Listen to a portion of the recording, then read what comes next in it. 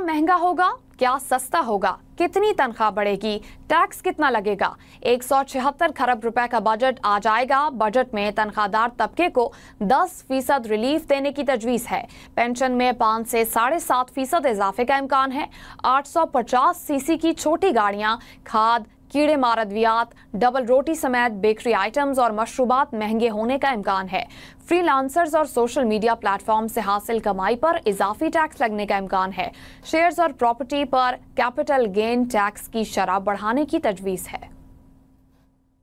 तनख्वाह कितनी बढ़ेगी, पेंशन में कितना इजाफा होगा, कौन सा टैक्स लगेगा, बजट में कई तजावीज जेर गौर हैं। ज़राए के मुताबिक नए बजट में तनख्वाहदार तबके को 10% रिलीफ देने की तजवीज है। पेंशन में 5 से 7.5% तक इजाफा हो सकता है। ग्रेड 1 से 16 तक के सरकारी मुलाजमीन को 30% अलाउंस देने की तजवीज है। ज़राए का कहना है कि आइंदा बजट में 850 सीसी गाड़ी पर सेल्स टैक्स में 5.5% इजाफे का इम्कान है। 3500 से जायद इम्पोर्टेड अशिया और खाम माल पर एडिशनल रेगुलेटरी ड्यूटी में कमी मुतवक्के है। मकामी सनत के लिए इम्पोर्टेड खाम माल पर विद होल्डिंग टैक्स खत्म करने या कमी का फैसला होगा। बजट में तामीराती सनतों के लिए खाम माल विद होल्डिंग टैक्स में नरमी का इम्कान है। ज़राए का ये भी बताना है कि समंदर पार पाकिस्तानियों के लिए रियल एस्टेट पर फेडरल एक्साइज ड्यूटी खत्म की जाएगी। ओवरसीज के लिए प्रॉपर्टी खरीदारी पर टैक्स छूट के लिए एनओसी की पाबंदी खत्म होगी।